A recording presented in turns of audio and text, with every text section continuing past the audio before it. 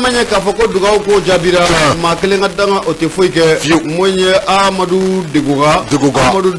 ale de bɛ dɔgɔnɔ émission ale de b'a sɛbɛkɔrɔ sɛlɛ Koro FM ale ka ɲa o fana tɛmɛnen kɔfɛ ka bɔ yen mun ye dakabana karamɔgɔw ye o bisimila mun ye Nuru FM ale sanfɛ fayida gɛrɛ Abu Safinɛ Jara ka a sɛlɛ maa minnu bɛ a ka ja ko mago b'u la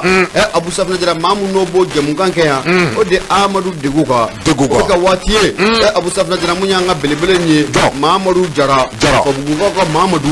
Dankɔrɔba in Fabugu Mamadu an bɛ foli ta ni ka a sɛgɛrɛ a f'a ɲɛna ko a jara ko ani bara Abu Safinɛ Jara foli an b'a lase a ma e ko Saradantama an t'a dabɔ i labɛnnen don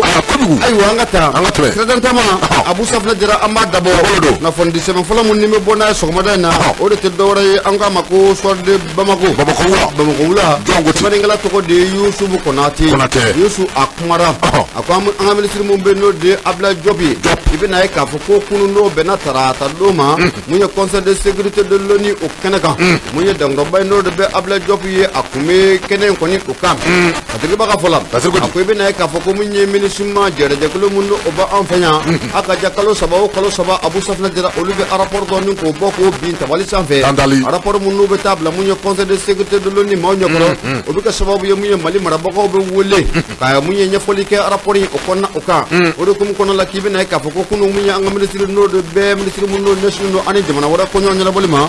Abdoulaye Diop Dankɔrɔba in ko a kun bɛ conseil de sécurité de l'ONU a kun bɛ a kɛnɛ kan o de hukumu kɔnɔna la mun ye Abdoulaye Diop ye hali bi a ye wele kan bila mun ye diɲɛ maama k'u ka fɛɛrɛ ni dabali bɛɛ lajɛlen kɛ damakasi sɛbɛn mun bɛ a ka ja ko an y'a don Faransi juguya la waati tɛmɛnw na fɛɛrɛ ni dabali bɛɛ lajɛlen ka kɛ ka an ni Faransi k'an sigi kɛnɛ kelen kan ko dalilu b'an bolo dalilu minnu b'a minɛ yan fo ka taa bila mun ye Abu la Abu Safinɛ Jara ko a dalilu ko a tɛ se ka sɔsɔ abada k'u b'a ɲini mun ye diɲɛma fɛ u ka fɛɛrɛ ni dabali bɛɛ lajɛlen kɛ ka an ni Faransi k'an sigi kɛnɛ kelen kan Faransi bɛ ka janfa jugu minnu k'o ta k'an ka jamana ka a sɛgɛrɛ Faransi bɛ ka terroriste dɛmɛli minnu k'o kɛ wa Faransi bɛ ka na an ka sankolo sonyɛni mun kɛ ka taa an ka lakanabagaw ka position Abu Safinɛ Jara ka t'o di terroriste ma o dalilu minnu bɛ an bolo ko n'an ni Faransi sigira a kɛnɛ kan Abdoulaye Diop ka fɔ la ko siga t'a la ko n b'a dalilu bɛɛ lajɛlen ni k'o yira diɲɛ maa la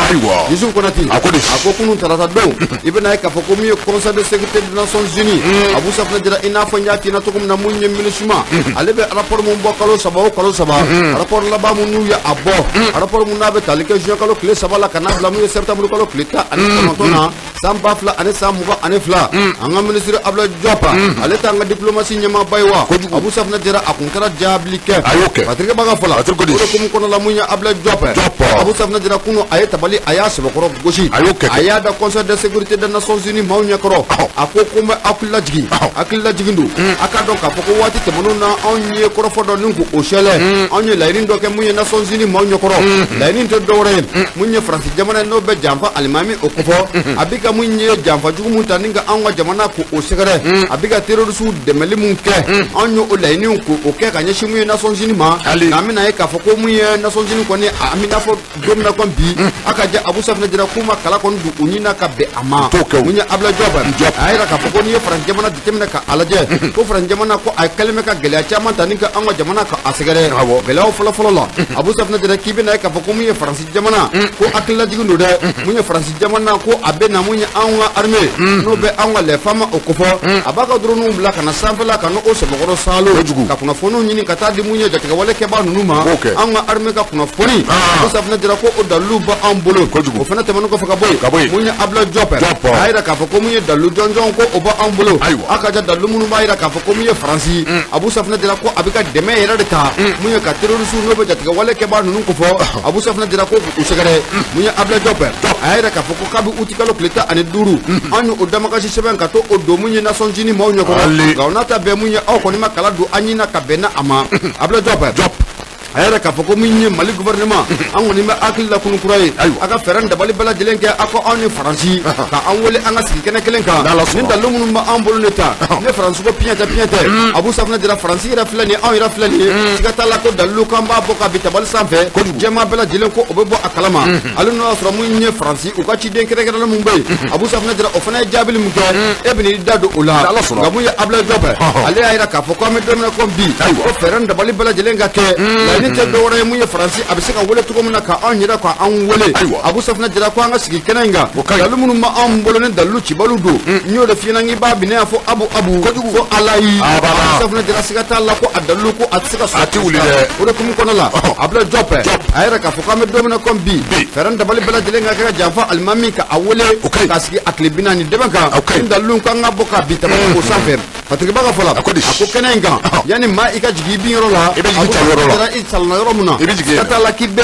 jigin yen na o de kumu kɔnɔ la k'i bɛna ye k'a fɔ ko Ablaye Diop n'i y'a ye k'a fɔ ko a ye kɛnɛ in kɔni k'o sɔrɔ kunun o ma sɔrɔ dɔwɛrɛ ye mun ye jɛrɛjɛkulu mun ma an fɛ n'an ka ma ko MINUSMA olu ye rapport laban minnu k'o bɔ rapport n'a bɛ kalo 3 baara o kɔfɛ juin kalo tile 3 ka n'a bila mun ye septembre kalo tile 19 na Ablaye Diop a yɛrɛ k'a fɔ ko mun ye ale ma se ka fɛn mun faamuya cogo si la mun ye MINUSMA a ka nin rapport kɔnɔ la siga t'a la mun ye k'a bɛ fanga in dafiri la Abu Safinɛ Jara maa mun n'o bɛ ka jamana in mara an bɛ don min na comme bi n'o bɛ colonel Asimi Goyita ko fɔ ɲɛtaa mun n'o yera politique la ɲɛtaa mun n'o yera lakana la ɲɛtaa mun n'o yera kiri bunakun kɛnɛ kan i bɛna ye k'a fɔ ko MINUSMA ko a ma da don si la Ablaye Diop y'a jira k'a fɔ ko nin ye kamanagan ko ye Ablaye Diop a y'a jira k'a fɔ k'a bɛ mun ɲɛ Asimi Goyita jamana ɲɛmaa ko a ye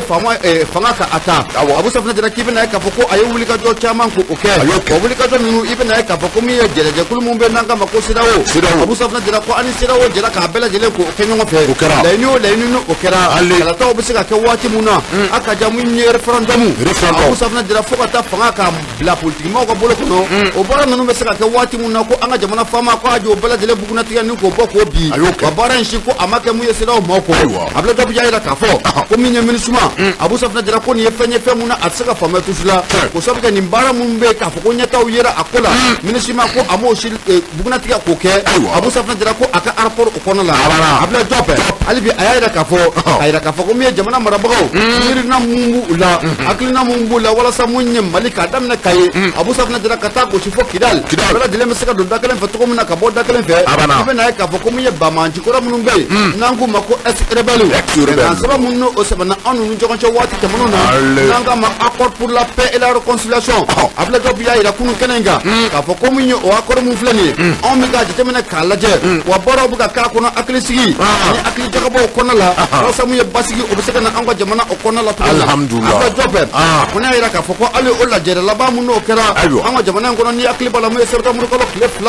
Ablaye Diop y'a jira k'a fɔ ko an bɛ don min na comme bi mun ye accord d'Alger ko gɛlɛya belebele minnu tun b'a kɔnɔ la Abu Safinɛ Jara ko gɛlɛya ninnu caman bɛ yen siga t'a la ko olu furanna ka bɔ yen ko o bɛ kɛ sababu ye mun ye laɲiniw Abu Safinɛ Jara ko o bɛ kɛ sɔrɔ fɛn ye Ablaye Diop ni mun do ka baara ɲɛsin no ani jamana wɛrɛ kɔɲɔ ɲɛnabɔli ma Abu Safinɛ Jara hali bi kunu a kumana dɛ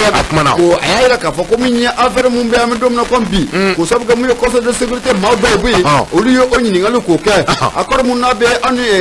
gɛlɛya mun do o bɛɛ an bɛ don min na comme bi an ni Côte d'Ivoire jamana ani ɲɔgɔn cɛ n'a bɛ mercenaire 40 ani 6 in k'o kofɔ Ablaye Diop a y'i da don o fana la Ablaye Diop a y'a jira k'a fɔ ko nin ye gɛlɛya ye gɛlɛya mun n'a bɛ jamana 2 ani ɲɔgɔn cɛla la a ko dalu jɔnjɔn de bɛ anw bolo ko minnu b'a yɛrɛ k'a fɔ ko nin cɛdon ninnu siga t'a la ko mercenaires don Ablaye Diop hali bi a ye dalu bugunatigɛ k'o di a ko min ye jɛrɛjɛkulu mun b'an fɛ n'an ka ma ko MINUSMA i bɛna ye k'a fɔ k'olu ka note verbale mun bɛ yen Abu Safinɛ Jara n'u y'u bolonɔ bila a la n'an ka ma numéro 226/2022 n'u y'u bolonɔ bila a la mun ye juin kalo tile 22 san 2000 ani san 22 i bɛna ye k'a fɔ ko min ye MINUSMA a y'a jira k'a fɔ ko min ye sɔrɔsi 49 ale t'u lakodɔn bi ale t'u lakodɔn si MINUSMA ko o dalu ko o b'anw bolo o fana tɛmɛnen kɔfɛ ka bɔ yen Ablaye Diop y'a jira k'a fɔ ko MINUSMA Nations Unies a secrétaire général mun bɛ yen n'o Antonio Guterres ye a ye kɔrɔfɔ mun ni k'o sɛlɛ Abu Safinɛ Jara ko o ye an kamana gan kosɛbɛ mun ye Ablaye Diop a y'a jira k'a fɔ ka ɲɛsin hali bi ni sɔrɔsi 49 in ma waati tɛmɛnenw na yanni anw ka jira k'a fɔ ko mercenaires don i bɛna ye k'a fɔ ko hali dalu jɔnjɔn b'an bolo Côte d'Ivoire marabagaw k'olu y'a jira dalu mun kɔnɔ la Abu Safinɛ Jara k'olu tɛ nin sɔrɔsi ninnu lakodɔn bi k'olu tɛ nin sɔrɔsi ninnu lakodɔn siw min ye Ablaye Diop a ko ne yɛrɛ k'a fɔ k'an bɛ don min na comme bi mun ye Nations Unies a ka ja fo ka taa fara min ye CEDEAO kan Abu Safinɛ Jara k'u jakasiri dɛ nin ko mun filɛ nin ye n'a bɛ tali kɛ mun ye Mali ani Côte d'Ivoire cɛla la u k'u jakasiri sabu kɛ kɔrɔfɔ dɔ bɛ yen n'u tora ka farati k'o sɛlɛ a bɛ kɛ sababu ye n'o bɛ na ni gɛlɛya belebele ko in dun a bɛ se ka nɔgɔya cogo min na y'an bɛɛ lajɛlen ka laɲini ye Côte d'Ivoire jamana an bɛ se ka don da kelen fɛ cogo min na an bɛ se ka bɔ da kelen fɛ kunnafoni filɛ nin an y'a sama ka bɔ soit de Bamako ale kono sɛbɛnni ngila tɔgɔ de Yusufu Konate Abu Ibonya Obala bɛɛ ka fɔ Yusufu Konate an b'ale fo ni ye soir de Bamako bila min bɛ talikɛ ka dɔn ka fɔ indépendant na ale b'a ale ta ka kɛ ni ka dɔn ka fɔ u ka bi bɔli ka dɔn ka fɔ an ka maakɔrɔw b'a fɔ ko ni ma ɲɛ i ka dɔn ka fɔ dafasa gɔlɛ ale bili kɔ i b'a bi k'a tɔn da duguma ka ja ka i sigi a kɔrɔbara kan hali walayi o b'a la mɔgɔw b'a dɔn ka fɔ tiɲɛna i b'a kan a bɛ duguma kosɛbɛ min bɛ talikɛ ka dɔn ka fɔ Sidibe ale ka sɛbɛn don a ko i ka dɔn ka fɔ faransilakaw hali bi ka dɔn ka fɔ nin ye i ka dɔn ka fɔ dafasa ja walima i ka dɔn ka fɔ dafasa gɛlɛya ko hali bi wala min bɛ talikɛ ka dɔn ka fɔ faransilakaw olu kɔni y'a yira k'a fɔ i n'a fɔ i da bɔra kɔrɔfɔ kelen min na kosɛbɛ waati tɛmɛnenw na i ka dɔn ka fɔ min bɛ talikɛ anw ka marabaw la ninnu kɔni ye ka dɔn ka fɔ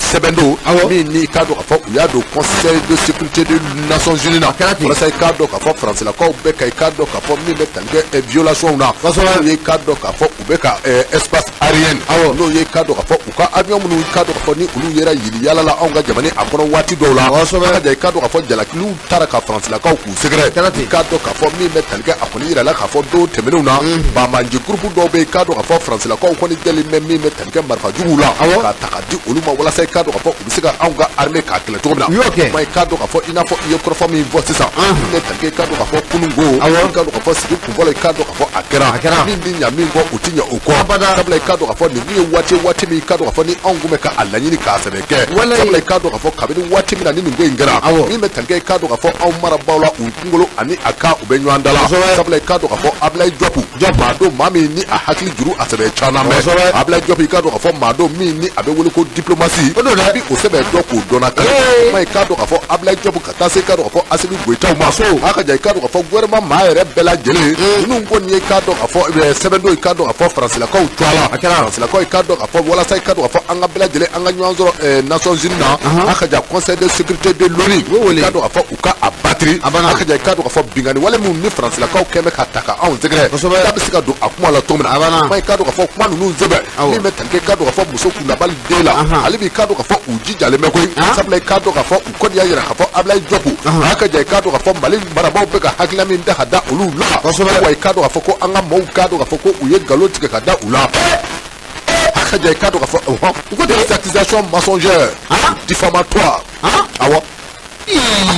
muso kundabali den u ye o fɔ kɛrɛnkɛrɛnnen i ka dɔn ka fɔ maa min ni o tɔgɔ ko Nicolas de Rivière ka dɔn k'a fɔ ale tun bɛ ka faransilakaw ka u représenté kuma i ka dɔn ka fɔ Nations Unies na ale kɔni ka dɔn ka fɔ a ye nin kɔrɔfɔ ninnu bɔ k'a yira k'a fɔ jalakili kan min dalen filɛ ka olu sɛgɛrɛ kɛrɛnkɛrɛnnen i ka dɔn k'a fɔ ko min bɛ talikɛ espace aérien na olu ka avion kɔni nana ka na i ka dɔn k'a fɔ suɲɛni walew ta ka Mali k'a sɛgɛrɛ min bɛ talikɛ i ka dɔn k'a fɔ ko olu ye marifaw ta ka di jadi wale kɛbaaw ma o kɔrɔfɔ min ni a fɔlen filɛ Mali marabaaw fɛ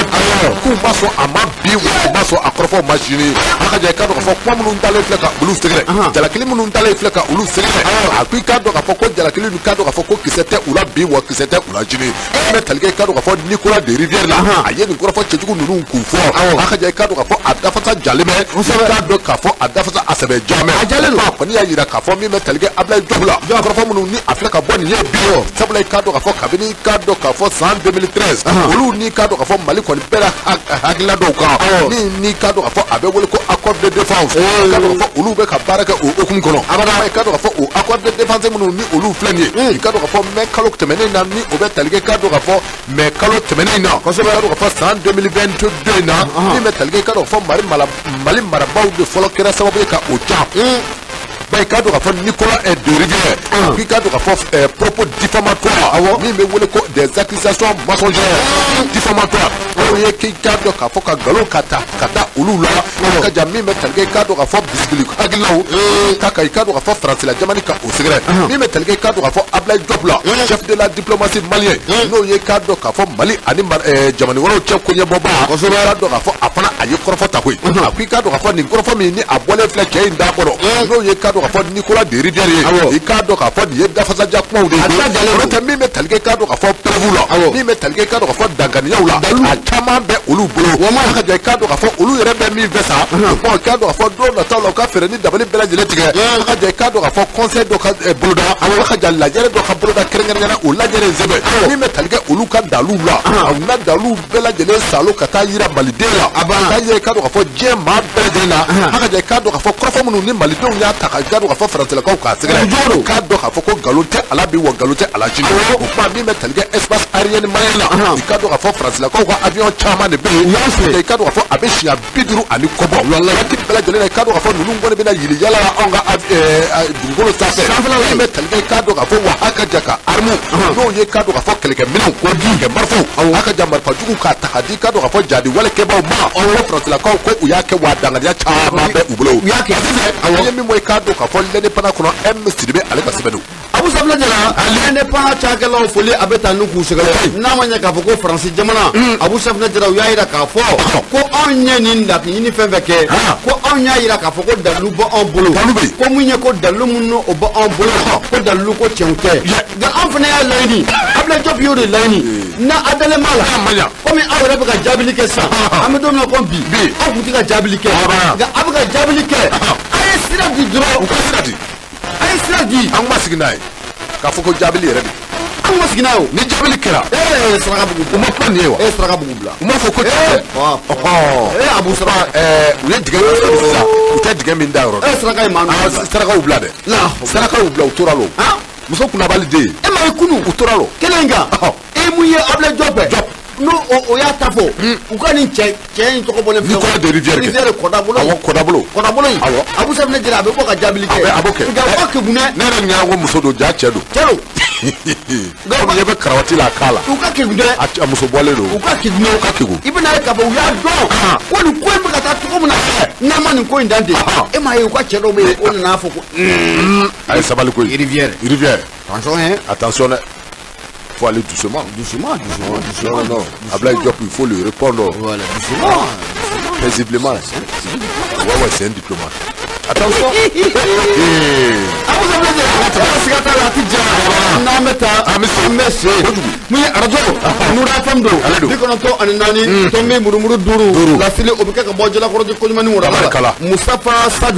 Mustafa Sadio a sɔgɔlen ma an na Abu Sabla Jara n b'a ɲini kanubaw fɛ k'u ka kɛri k'a sɛbɛkɔrɔ bila u ka partager Abu Sabla Jara o bɛ kɛ sababu ye mun ye page a bɛ stabiliser n'o tɛ an bɛ don min na comme bi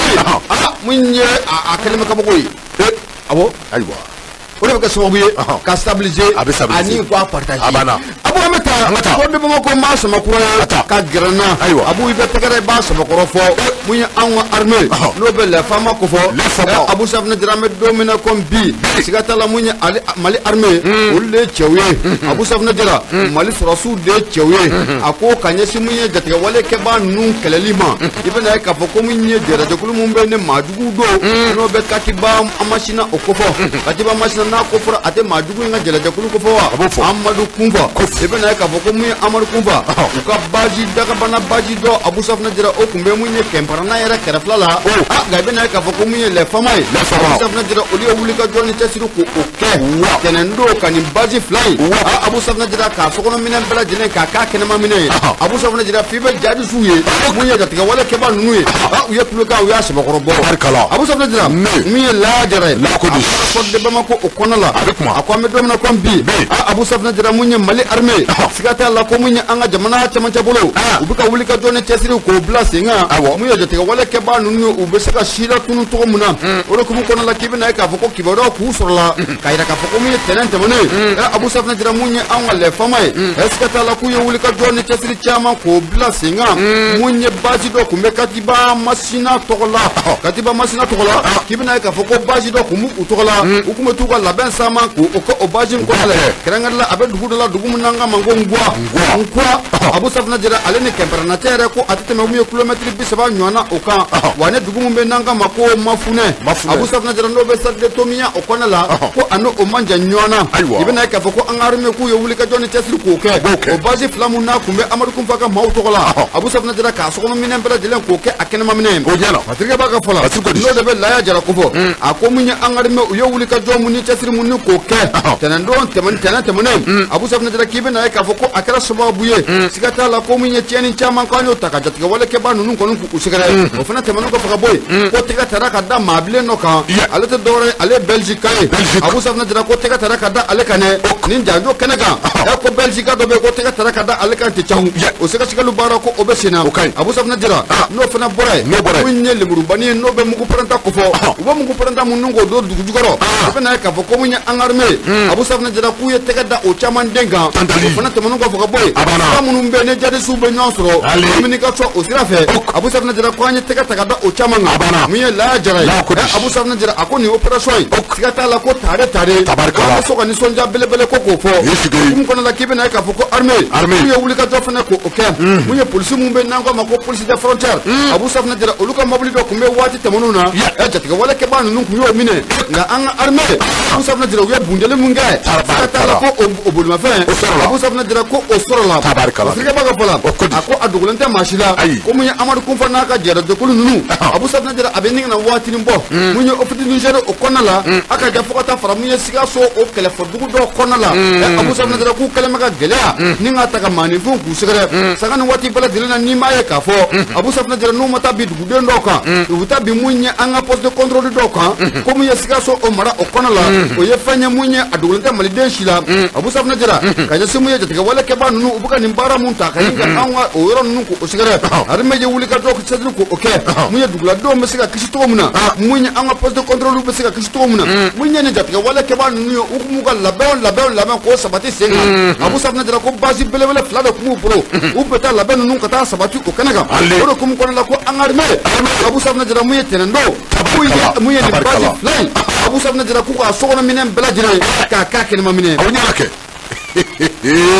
hali l'armée malienne Lafama mun ye fasirikɛ ba ye n'o de bɛ Laya Jara ko fɛ a ko ni hakili b'a la mun ye dɔgɔ kun tɛmɛnen kɛrɛnkɛrɛnna mun ye kasobon mun n'o bɛ kɛnbarana kɔnɔ la mun ye nin jatigɛ wale kɛbaa ninnu u tun ye wulikajɔ k'o kɛ mun ye kasobon in u tun bɛ se ka a dakari cogo min na nka Abu Safna Jara hali bi mun ye ko kibaruyaw bɛ k'a jira k'a fɔ ko jatigɛ wale kɛbaa ninnu u bɛ munumunu na dugu mun bɛ n'an k'a ma ko koro u bɛ munumunu na yen fanfɛla o la o fana tɛmɛnen kɔfɛ ka bɔ yen i bɛna ye k'a fɔ ko kibaruyaw fana y'a jira k'a fɔ ko mun ye Bamaji u caman bɛ Sikaso kɛrɛfɛ dugu ninnu na Abu Safna Jara k'u bɛ motow la wa i bɛna ye k'a fɔ ko mun ye maramafɛn caman den ko o b'u bolo nka u tun bɛ labɛn kɛ u tun bɛ base fila min n'o tun b'u bolo Abu Safna Jara dugu mun bɛ n'an ka mankan ko armée a y'a dakolo ci k'a filekolon ci k'a sokɔnɔ minɛn bɛɛ tabarikala c'est tout armée malienne c'est tout et c'est fini problème filɛ an y'a sɛbɛkɔrɔ sɛlɛ ka bɔ mun ye soir de Bamako kɔnɔna la Abu Ibonya o b'a la bɛɛ ka dɔn k'a fɔ hali bi an b'i fo a sɛlɛ ne talikɛ soir de Bamako la n'i y'ale bila l'indépendant bɛ boli ka don a kɔnɔ i k'a dɔn k'a fɔ Musa Saɲɔn ale ka sɛbɛnniw i k'a dɔn k'a fɔ Hakaja min ni a bɛ wele ko déclaration des biens i k'a dɔn k'a fɔ n'o ye i k'a dɔn k'a fɔ maa minnu ni olu bɛ ta ka bila fanga ka ɲɛmaya kun minɛ i k'a dɔn k'a fɔ Forobaca kɛrɛnkɛrɛnnenya ale kɛbaw i k'a dɔn k'a fɔ n'i bɛ ta don min kama n'a y'a sɔrɔ dɔrɔmɛ 20 bɛ i kun i k'a dɔn k'a fɔ i bɛ o fɔ min bɛ talikɛ i k'a dɔn k'a fɔ waati min na i bɛna bɔ a kɔnɔ n'a y'a sɔrɔ k'a fɔ i kɛmɛ ka miliyɔn dama min zalo i k'a dɔn k'a fɔ ko sɛgɛsɛgɛli a bila da i gangoyi min bɛ talikɛ i k'a dɔn k'a fɔ Musa Saɲɔn a ko commission de la rédaction de la nouvelle constitution n'o ye i k'a dɔn k'a fɔ kabini waati dɔ la jamanakuntigi ni o ye Asimi Goyita ye ka kɛ ni i k'a dɔn k'a fɔ assise nationale pour la refondation ka kɛ ni u ka okumu kɔnɔna ye i k'a dɔn k'a fɔ olu ye i k'a dɔn k'a fɔ danaya k'a ta ka da maaba dɔw kan maaba minnu i k'a dɔn k'a fɔ ni olu kɛra sababu i k'a dɔn k'a fɔ nouvelle constitution a ka ja i k'a dɔn k'a fɔ k'a baaraw k'a labɛn minnu ko i k'a dɔn k'a fɔ ni o bɛnna octobre kalo tile 18 ma cakɛda min bɛ yen i k'a dɔn k'a fɔ ni o bɛ wele ko cour suprême ka se i k'a dɔn k'a fɔ cour constitutionnelle ma min bɛ talikɛ i k'a dɔn k'a fɔ Fuseni Samake ani a jɛw i k'a dɔn k'a fɔ ko u taara document ni o ye rapport ye avant projet de la constitution i k'a dɔn k'a fɔ ko u taara document ka taa yira olu la ja ka dɔn ka fɔ kɔrɔfɔba minnu bɛ a kɔnɔ a ka ja ka o kɔrɔfɔ ta ka i ka dɔn ka fɔ ka ni institution ɲɛnama fila in ka dɔn ka fɔ ka a ɲɛma k'u sɛgɛrɛ Musa Saho Kamara a ko i k'a dɔn ka fɔ min bɛ tali kɛ i k'a dɔn ka fɔ octobre kalo tile 17 tɛmɛnen na min bɛ tali kɛ i k'a dɔn ka fɔ commission min ni o ɲɛsinnen bɛ i k'a dɔn ka fɔ nouvelle constitution ko ma i k'a dɔn ka fɔ ni o ye rédaction de la nouvelle constitution ye maa minnu bɛ i k'a dɔn ka fɔ ni olu taara ka sugandi a ka ja i k'a dɔn ka fɔ constitution kura min ni u kan ka a baaraw kɛ a ka ja baaraw yɛrɛ kɛra koyi a ka ja min ye ka taa ci ka komasegi ka ta ka maaw sɛgɛrɛ kɛrɛnkɛrɛnnen ka dɔn ka fɔ cour constitutionnelle ale a ta kɛra min bɛ tali kɛ i ka dɔn ka fɔ ani cour suprême na ninnu bɛɛ lajɛlen ye institution forobaca a kɛyɔrɔ belebelew don a ka ja i k'a dɔn ka fɔ document taara ka di olu ma Seni Samake i k'a dɔn ka fɔ a ko jamanikuntigi Ibrahim jamanikuntigi n'o ye k'a dɔn la hawla abu mun b'i kɔ min bɛ jamanikuntigi min bɛna fɔ a ma fɔ bilen o a b'a fɔ dɛ min bɛ tali kɛ i ka dɔn ka fɔ jamanikuntigi la n'o ye k'a dɔn ka fɔ Asimi Goita i ka dɔn ka fɔ octobre kalo tile 11 tɛmɛnen in na min bɛ tali kɛ i ka dɔn ka fɔ rapport ko a taara di Asimi Goita ma a ka ja i ka dɔn ka fɔ Asimi Goita a ye Seni Samake ani a ka maaw fo min bɛ tali kɛ i ka dɔn ka fɔ n'i ye rapport in kɔrɔ kumaba belebelew ta k'a lajɛ a kɔni yirala k'a fɔ min bɛ tali kɛ i ka dɔn ka fɔ élection minnu ni olu bɛ labɛn na ka na a ka ja i ka dɔn ka fɔ maa si tɛ kɛ cɛbɔ ye maa o maa bɛ i ka dɔn ka fɔ ni nationalité fila bɛ i bolo kɛrɛnkɛrɛnnen i ka dɔn ka fɔ maa minnu bɛ fɛ ka u kamɔ cɛbɔ nɔfɛ i ka dɔn ka fɔ ko o ye kɔrɔfɔ belebele kɔrɔfɔ min ni a jɔyɔrɔ ka bon ko in kɔnɔ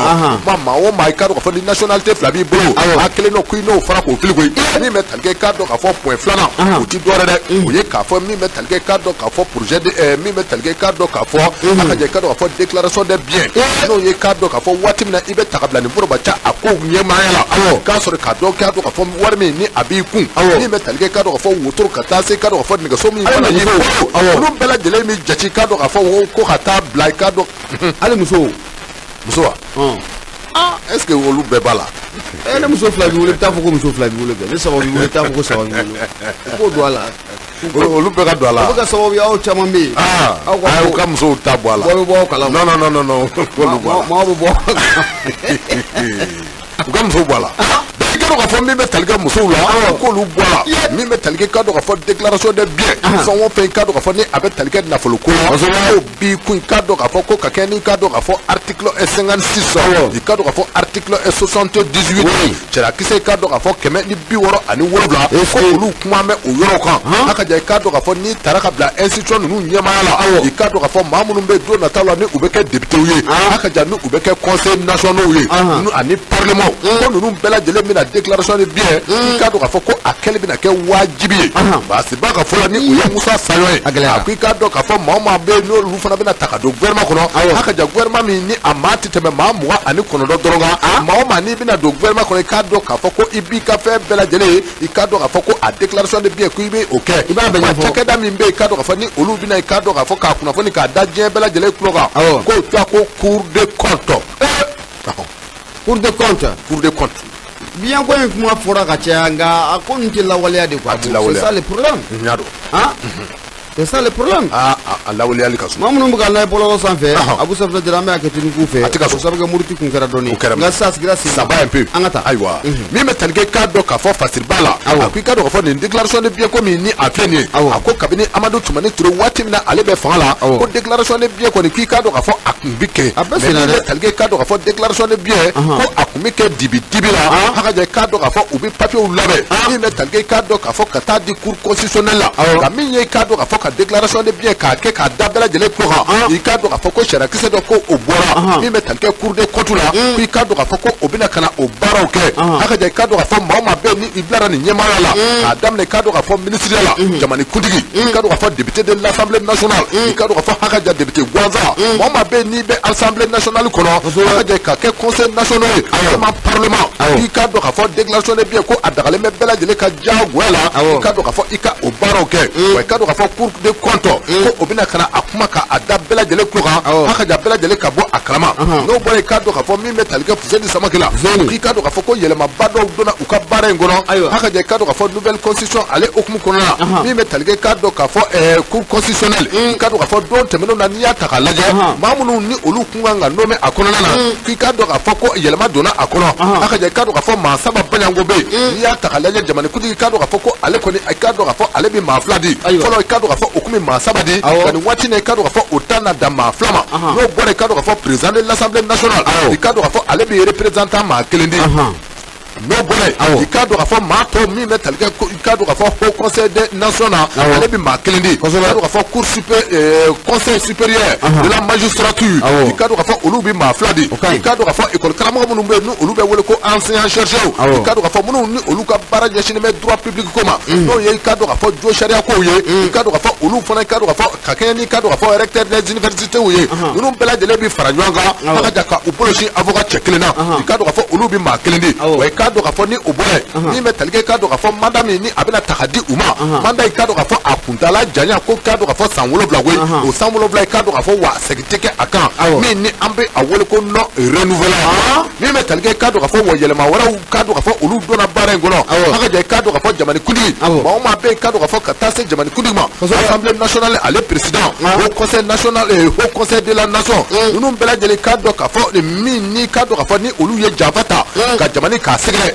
mi ni abe wole ko hato trahison ni cadre à fort ko shera kise do bena boluka aka jay cadre à fort ubi mine ko kilito mna aka jay ko o baro bela jeli ko obe fe ngono mi me wole ko cadre à fort 3e mandat ni cadre à fort ko dado na nous bela jeli na i cadre à fort mi me talike cadre à fort onga jamani a 3e mandat ko ni cadre à fort ko o ko obama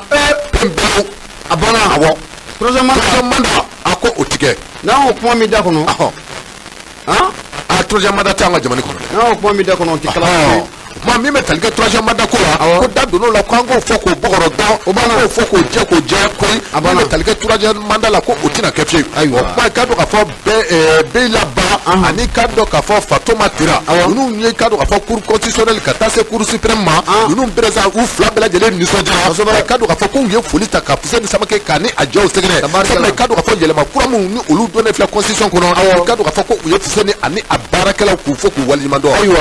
awanye mi moy kado fo ene pana kono Musa Son Kamara ali gazebedo ene pana Musa Son Kamara me folita ni ga segere ne ene pana abune ale bla munye indicateur durunu bomba sama ka gerenna abu munye ade sigata la munye ade akumara indicateur durunu bo okono abu akomunye tribunal munno be commune 6 tokola anga tayi nantra munye tribunal munno be commune 6 tokola abu safna jirani chebay biligamboli idangro abu safna jira sigata la odonon re munye Dramane Dumbiya ne bela jele kama ko dengoro ami domina ko bi dengoro e ko abu safna jira atemunye bamako akasubuma okona lawa dengoro abe bamako kasubuma abo kono kadamga abu safna jira munya ade ayida ka foko mi dimanche dono bena octobre ko kleta ani woroma abu safna jira sam bafla ani sam go ani fla nega nani wakati no be 4 du matin no obo okofo ibina ka foko mi commissaire de police mundo be sazama arrangement tola na onyama baye anga belebele nyendo de be commissaire yaya nyambele okofo yaya namle commissaire yaya namle anaka jere jakulu yo wuli ka jone tesiri ko bla singa tega be sika damunye Dramane Dumbiya ni bela jelo kama dekoro tega be takada akan tukumuna abu safna jira ko sigata la ko okera munye kolini mumbe nanga mako iri mwajo o safla la ibena ka foko Dramane Dumbiya dangoro bayen ko tega ko otara kada akan dengoro kosobe abu safna jira game domna kom bi ko namanya ka foko tega tara kada Dramane dengoro okan Dramane dengoro ma chemamba don ka foko mado mamu obaida ka foko alebe sika wari ko ninka ayelema ka ka chamande wakibe na ka foko munye fangabolo chaman ko o kalfale no ala doni ira o fe abu safna jira ga onata bekibe na ka foko munye komisariya ya damle alina ka jere jakulu de cheye abu safna jira yo wuli ka joni tetriga kan dangro bayin ka teka takata aka namanya ka foko teka tarakada Dramane Dumbiya ni beka mako de goro abu safna jira ko atrab la munye kiri bo maw nye korlala or kun la kibe na ka foko munye tribunal munno be commune si tokola abu skata la skunu yo sumana de debo takada munye Dramane Dumbiya dengoro kan ame domina kombi ay draka dun ko subuma okona la munye ade abu safna jira ayira ka foko ni dengoro bay na be Dramane Dumbiya ko fo dengoro na ka foko be ni ngana wati ni bo abu safna jira ba police la kaw ani ka ta fara munye gendarmerie mawko obuka dengoro bay ni ka sebe ko nyini ngol abu safna jira ibina ka foko dengoro fe mu mabulu na ko mako fenyana mani kuma bali abu safna jira fenyana mani kuma bali e ko ama kuma wa Abu Safna Jara ibna ka foko mi Draman Dumia dekoro ye maye mamunno oba fasagan wati beladina ko abese ka nafulo ninka akaman de Abu Safna Jara mugu abe so ko shele manifun ko aba a multiplier abara bakale mi bulo multiplication Abu Safna Jara abina fo dengoro abese ka bakale le manga ke munye bakime Abu Safna Jara ko ko ko la kibna ka foko mi saison arrondissement nyodo fiena no o commissaire te mawre o yanya damele yaya nyamele ibna ka foko dimanche do no bena octobre ko kleta ani woroma munya 4 du matin wakati ulu ko ni wuli ka jone chasiru ko bla singam na ka jere je kulu yo kare fedda bela dilen ka aswa Abu Safna Jara bena ka foko yu ko takitu ko bla singam munya yaya ko commissaire yaya nyamele anaka jere je kulu Abu Safna Jara kibena ka foko na tega takadda ni dangro bay tera mumbe nanga mako sandre salf keta Abu Safna Jara nagayen nanu wakati yo tega takadda munya Draman Dumia ni beka mako dengoro multiplicateur ibna ka foko dengoro ma chama ba do munya anga réseaux sociaux sanfé no be bololo o ko fo Draman dengoro Abu Safna Jara kibna ka foko abeni na watini bo munya dama ka seban chama ne duna munya sazama arrondissement mo nyokoro no de be ko mi commissariat nyamile unaka jere jakulu sangan wati bela jelena ma do be tayira ka foko mi Draman Dumia dekoro Abu Safna Jara kwaye gelata nunku usagara Abu Safna Jara sangan wati bela jelena ma de bu bulu do kuna ka kule ninga tu nyashi munya commissariat yaya nyamile ma oro ko mu kono la kibna ka foko wuli ka joko nko Abdallah Senga tega tala muye dengoro Abu Safna Jara ka tega takada kan te chali namanya ka foko tega otra kada akam ami do na ko bi Abu Safna Jara dengoro ka ko akume muye ko minu worona kiribo ma bolo tega tala olu ko ni manna de depo Abu Safna Jara uyo takada dengoro kan dengoro ko sobara na ma da ka ko du ka subo mala wa multiplicateur d'argent awo pa nugo amargo ya sura le be mini amargo sigra nga jamani ngaya dai ale maseka nga dai war multiplier dai alors dai samalisa ala ka nya ka dama andu mi dengro Abu Safna Jara daga ayo draga taso onyala ka subo ma konna la okay ifu anta la jangate fa fe o am sro ka star